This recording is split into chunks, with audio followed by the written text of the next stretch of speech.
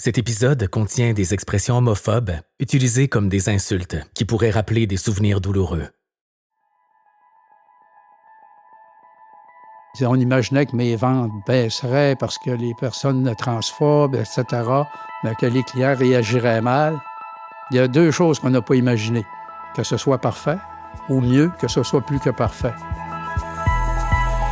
De 2016 à 2023, l'enquête Savie LGBTQ a examiné les expériences d'inclusion et d'exclusion sociale vécues par les personnes de la diversité sexuelle et de genre dans des domaines de leur vie importants à leur épanouissement. Dans le cadre du projet, des milliers de personnes LGBTQ+, qui habitent au Québec ont partagé leurs expériences et leurs témoignages. Je m'appelle Christian et je vous emmène au cœur de leur parcours d'inclusion et d'exclusion, une thématique à la fois. Dans cet épisode, Travailler. Certains noms et certaines voix que vous allez entendre ont été changés afin de protéger les personnes concernées. Ouais, ça fait 4 ans que je suis à l'hôpital comme préposé. Puis là-bas, je suis très ouvert. Là. Tout le monde le sait que je suis gay, je m'en cache pas. Là. Pourquoi j'en ai pas parlé à mon collègue? Parce que c'est des gens qui étaient vraiment arriérés, donc... Il y avait pas cette mentalité-là, là. Ils faisaient souvent des jokes sur ça. Je me sentais pas à l'aise de parler de moi. Dans mon travail, je suis le client. Fait que c'est sûr qu'il y en a jamais eu des propos homophobes. Parce que moi, si quelqu'un est homophobe, c'est plate, mais je vais aller acheter ailleurs. Le travail, c'est bien plus qu'un moyen de payer ses factures. C'est un lieu où on peut se dépasser, s'épanouir, créer des liens. Pour que ce soit possible, il faut d'abord se sentir bien, se sentir vu, se sentir accepté. Pour plusieurs personnes LGBTQ+, le milieu de travail est un endroit où l'équilibre est fragile. Dans un monde idéal, tout le monde pourrait se sentir à sa place, sans devoir cacher une partie d'eux-mêmes. Mais la réalité est parfois différente. Surtout quand il s'agit d'un nouveau milieu de travail ou encore d'un contexte d'une recherche d'emploi, comme dans le cas de Jace.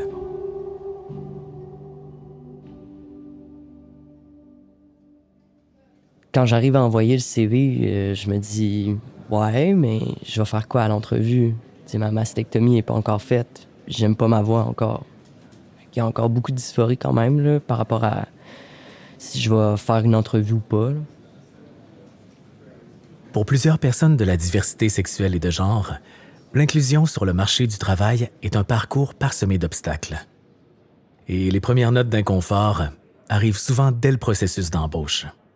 C'est ce que constate Olivia. Bonjour, je m'appelle Olivia Baker, j'utilise le pronom « elle » et je suis chargée de programme à la Fondation Émergence. Dans le cadre de son travail, Olivia tente de former les employeurs pour qu'ils arrivent à maximiser le sentiment d'inclusion dès l'affichage d'un poste. La discrimination, les problématiques au niveau du parcours d'emploi commencent avant même l'entrevue. Elle commence quand la personne voit l'offre d'emploi. Des fois, par exemple, est-ce que le poste est a un nom masculin, par exemple? Donc, est-ce qu'on parle d'un directeur de quelque chose? Donc là, la personne va se dire, bon, déjà, est-ce que c'est pour moi? Dans la façon dont l'offre d'emploi est formulée, est-ce que les qualités qui sont demandées sont des qualités typiquement masculines, par exemple?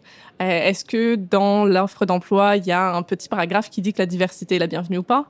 Est-ce que l'entreprise a une bonne réputation par rapport aux personnes LGBTQ+, ou pas?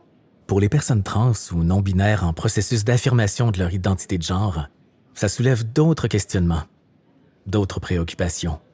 Le fait de dire qu'il faut que je demande 4 semaines de maladie parce que je vais avoir une mastectomie, puis je sais pas quand, ça peut être dans 2 mois, donc là, je vais travailler pour toi pendant 2 mois, puis là, tu vas me donner 1 mois. Donc, c'est plus cet aspect-là qui me fait peur, de pas trouver de job à cause de ça, là, parce qu'il faut que je le dise. Puis je peux pas leur cacher non plus, là. Puis 1 mois après, me faire opérer, là, c'est plate pour l'employeur. Là. Ces questionnements et préoccupations deviennent une charge mentale additionnelle qui accompagne le processus d'embauche. Joshua, pour sa part, trouve bien difficile de conserver un certain contrôle sur sa vie privée. C'est une autre forme de charge mentale, se rappeler de ce qu'on a dit à qui. Fallait que je sois assez rapide pour que quand je suis en entrevue, de pas le dire à personne. De le dire juste à une personne comptable ou une personne X. Comme ça, s'il y a moins de personnes qui le savent, ben, tu as un peu plus de contrôle sur qui va le dire à qui. T'sais, si tu le dis juste à une personne, tu vas le savoir que c'est elle. C'est comme pour cacher quelque chose. C'est fatigant d'être de même, mais c'est ça. Dans le milieu de travail, ça ressemble à ça. Quand on regarde les chiffres, c'est frappant. Plus de la moitié des personnes trans ou non-binaires ont rapporté s'être retenues de dire ou de faire des choses qui pouvaient révéler leur parcours trans ou leur identité de genre en raison d'un environnement de travail hostile.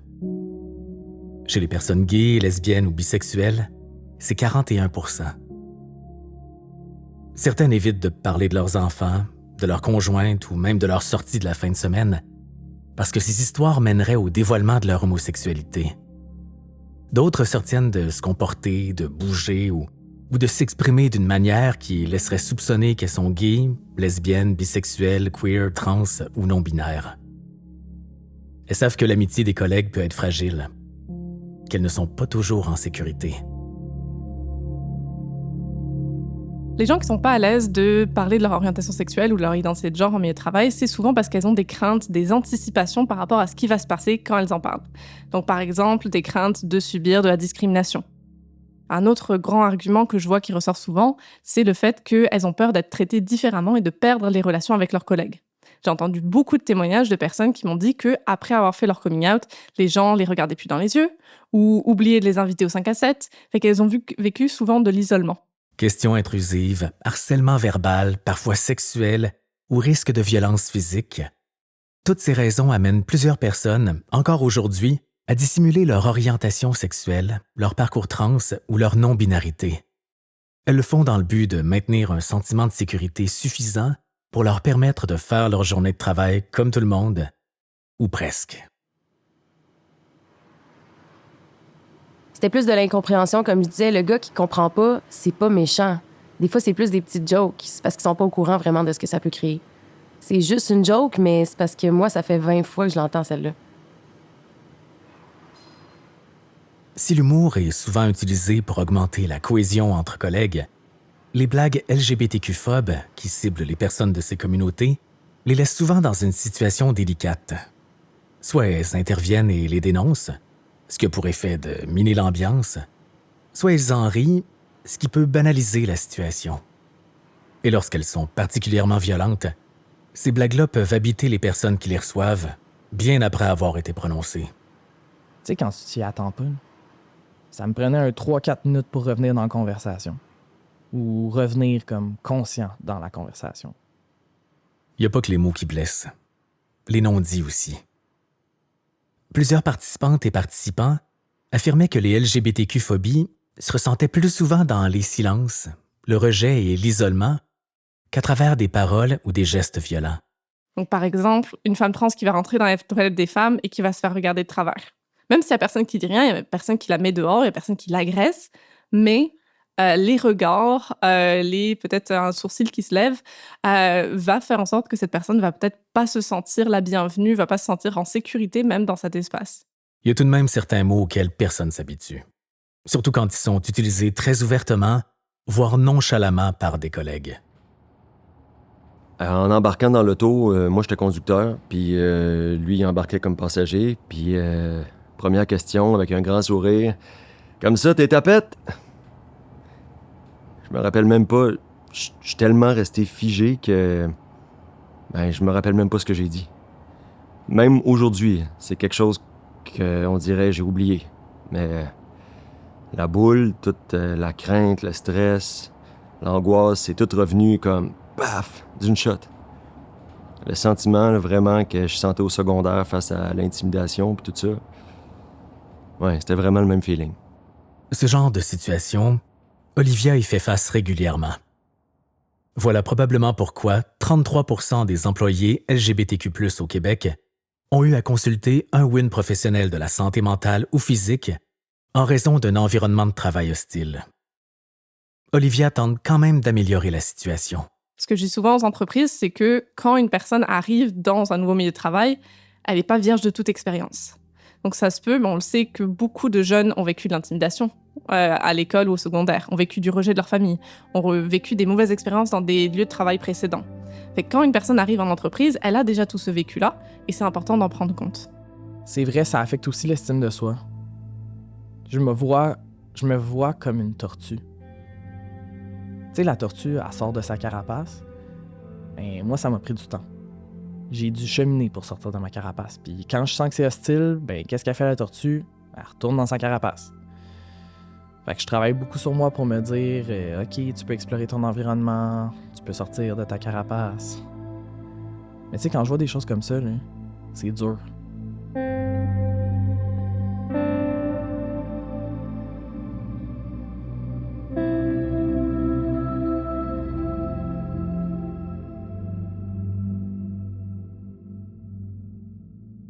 Les personnes de la diversité sexuelle et de genre font face à des obstacles en tant qu'employés, mais certains pourront aussi en rencontrer en tentant de gravir les échelons dans une entreprise. Olivia Baker. Il y a aussi l'idée que est-ce que cette personne va être respectée par ses collègues si on la met chef d'équipe? J'ai entendu aussi des personnes qui disaient « Moi, j'ai pas de problème avec ça. Dans la compagnie, on n'a pas de problème avec ça, mais je peux pas envoyer cette personne avec des clients. » Parce que les clients, on travaille avec des personnes très traditionnelles qui vont avoir un problème avec ça. C'est exactement ce que craignait Mme Claude Amiot à la suite de sa transition. Je travaille dans un milieu plutôt masculin. Je suis représentante en porte et fenêtre. Et je suis la représentante sur la route. Je vais rencontrer les clients à la maison. Je peux vous dire que pendant les négociations pour que je puisse débuter mon travail en tant que femme, évidemment, j'ai présenté le dossier à mes employeurs. Ça n'a pas été facile parce qu'on n'a pas imaginé le meilleur. On a imaginé que le pire. On imaginait que mes ventes baisseraient parce que les personnes transphobes, etc., mais que les clients réagiraient mal. Il y a deux choses qu'on n'a pas imaginées. Que ce soit parfait ou mieux, que ce soit plus que parfait. Aucune question, absolument rien. Aucune. Personne ne m'a demandé « Ah oui, t'as changé, t'es-tu bien? » Même pas. Les réactions des gens, c'est sûr, je me présente, je suis fier, je suis droite. Et le plus que parfait, c'est quoi? Mes résultats de vente ont augmenté parce que je suis mieux dans ma peau, je suis bien dans ma peau. Et les clients le ressentent et ma façon de travailler est plus amicale et plus... Fait que même au point de vue du travail, ça a bien été. Le dévoilement de Mme Claude Amiot a été positif pour elle-même et il a aussi eu des répercussions positives sur son travail. Ce n'est malheureusement pas le cas pour tout le monde. Laetitia, par exemple, a vécu une expérience très différente. Je me suis rendu compte que je trouve plus difficile la perspective de changer d'emploi parce que ça impliquerait probablement de réexpliquer tous les aspects de mon existence qui sont propres à ça. L'idée, par exemple, de négocier ma place dans une ferme comme celle où je travaillais il y a 2 ans est de moins en moins pensable pour moi. L'idée de retourner dans le milieu informatique aussi. En fait, dans n'importe quel milieu qui est majoritairement masculin. Ça, j'appréhende beaucoup. N'importe quel milieu qui est majoritairement masculin. Ça peut sembler cliché, mais les milieux à prédominance masculine sont effectivement plus propices à la discrimination. C'est ce que nos données révèlent. Notamment que dans les professions à prédominance masculine, moins d'1 femme cisgenre lesbienne sur 3 et moins d'1 homme cisgenre gay sur 4 avaient dévoilé leur orientation sexuelle à la plupart de leurs collègues.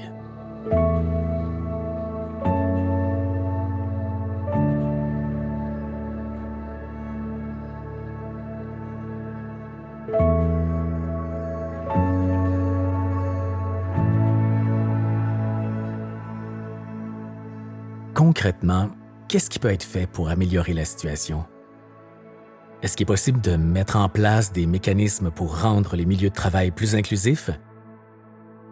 Michele Bayoko est bien placé pour en parler. Je suis Michele Bayoko, je suis étudiant au doctorat en psychologie, spécialisation travail et organisation. Et je m'intéresse en fait aux questions d'équité, diversité et inclusion en milieu de travail. Et en fait, dans les dernières années, j'ai étudié les personnes LGBT en milieu de travail, notamment à travers l'enquête Sa-vie LGBTQ. Et j'ai sollicité en fait les données de ce projet-là pour mon mémoire de maîtrise, à travers lequel j'ai finalement évalué la qualité d'emploi des personnes LGBTQ+ au Québec. Dans le cadre de ses travaux, Michele a évalué les facteurs liés à la satisfaction au travail des personnes de la diversité sexuelle et de genre. Voici ses conclusions. On a constaté en fait que c'est particulièrement 2 dimensions de l'indice, donc 2 dimensions sur 5 qui étaient davantage liées à la satisfaction au travail et à l'engagement organisationnel. Et c'est les dimensions qui touchent plus les caractéristiques plutôt interpersonnelles, sociales dans le milieu de travail.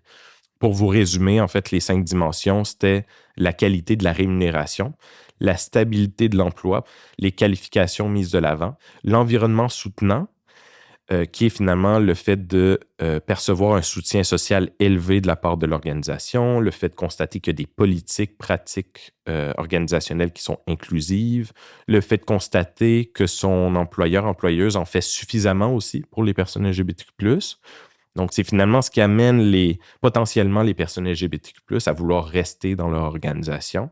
Et il y a aussi celle concernant les interactions non hostiles. Donc, c'est la dernière dimension. Donc, c'est notamment l'absence d'expérience de harcèlement en milieu de travail et aussi l'absence de microagressions qui sont liées à l'orientation sexuelle ou à l'identité de genre des participants. En questionnant Olivia Baker sur ce que recherchent avant tout les personnes LGBTQ+ dans leur travail, on réalise rapidement qu'au fond, elles désirent la même chose que tout le monde, être respectées et avoir la possibilité d'être qui elles sont. D'abord, c'est tout simplement de pouvoir être eux-mêmes. Fait que ça veut dire d'avoir l'expression de genre dans laquelle ils sont confortables, de pouvoir parler de leur vie personnelle. Puis là, je parle pas de leurs pratiques sexuelles ou de choses vraiment de leur chambre à coucher. C'est vraiment aussi banal que de dire le week-end passé, j'étais au cinéma avec ma blonde ou pendant les vacances, je vais aller en Argentine avec mon chum. L'autre chose que je dirais qui est assez recherchée, c'est de pas être le seul. De pas être la seule personne LGBTQ+ de l'entreprise.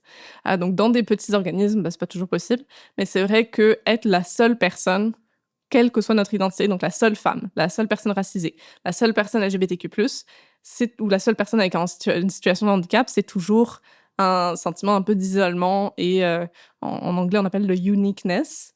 Et ça, c'est peut-être la troisième chose que les personnes LGBTQ+ recherchent dans leur milieu de travail, c'est de pas avoir à faire un travail d'éducation. Ça peut être vraiment épuisant comme travail. Donc, d'arriver dans un milieu de travail où il n'y a pas besoin de s'expliquer, il n'y a pas besoin de argumenter pour prouver son identité ou amener des documents qui vont amener à faire le travail. J'ai entendu beaucoup de personnes trans qui m'ont dit qu'une des choses qui était lourde pour leur transition, c'était que comme c'était la première personne à faire une transition dans l'entreprise, il n'y avait rien qui était mis en place.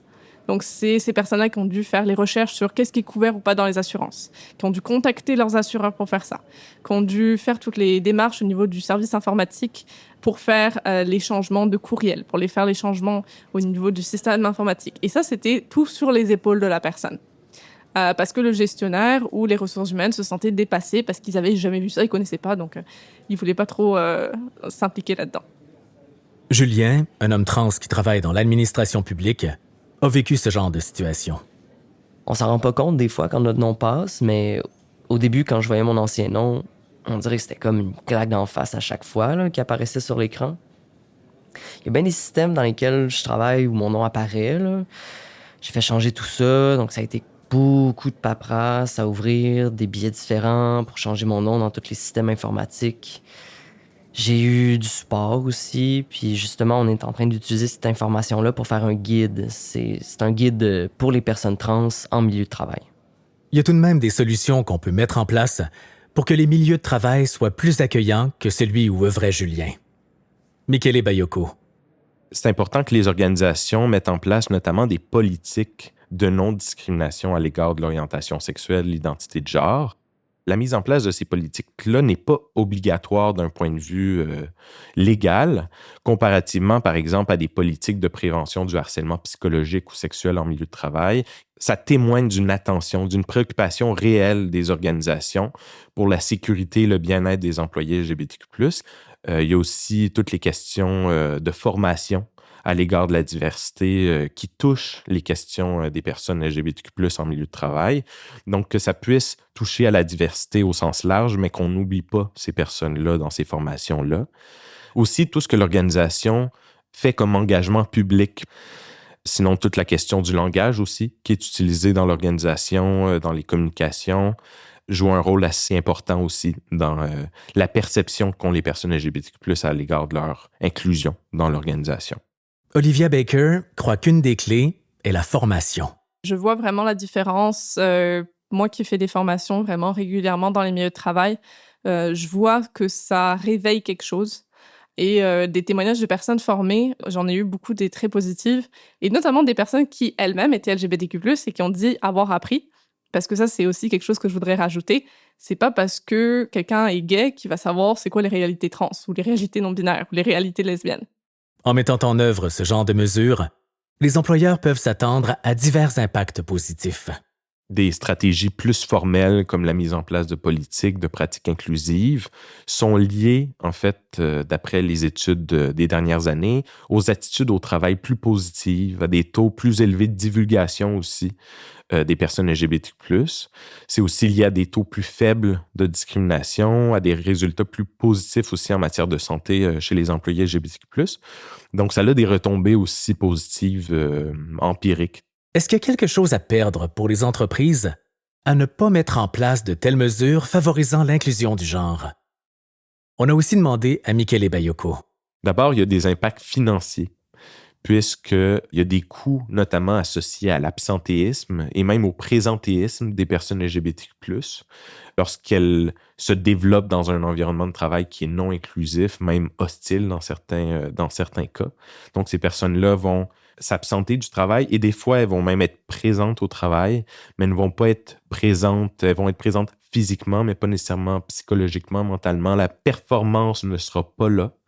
Et dû au fait que leurs besoins de sécurité, le fait qu'elles ne soient pas reconnues en milieu de travail, le fait qu'elles ne connectent pas non plus avec l'équipe, peut jouer aussi à cet égard. Et si ces personnes-là décident de quitter l'organisation, il y a aussi des coûts associés au renouvellement des effectifs et au recrutement de nouveaux candidats pour ces mêmes postes. Et un dernier point aussi, c'est que les organisations perdent un avantage concurrentiel sur le marché du travail, puisqu'il y a une proportion grandissante d'organisations qui mettent en place des mesures pour mieux attirer et retenir les personnes LGBTQ+ dans leurs organisations. Elles sont sensibles justement à ces enjeux-là. Et je pense que c'est une stratégie à ne pas oublier dans un contexte de pénurie de main-d'œuvre, encore une fois, spécifique, mais en fait bien présente au Québec actuellement. Sa vie LGBTQ est un projet de la chaire de recherche sur la diversité sexuelle et la pluralité des genres de l'Université du Québec à Montréal. Il a été financé par le Conseil de recherche en sciences humaines du Canada et a été développé avec la collaboration d'organismes communautaires, de syndicats, d'institutions publiques et parapubliques et de chercheurs universitaires, sans lesquels rien de tout ça n'aurait été possible. L'équipe tient à remercier toutes les personnes qui ont généreusement partagé leur savoir et leurs histoires de vie. Pour consulter l'intégralité de cette recherche, rendez-vous sur le site web du projet, disponible dans la description de cet épisode.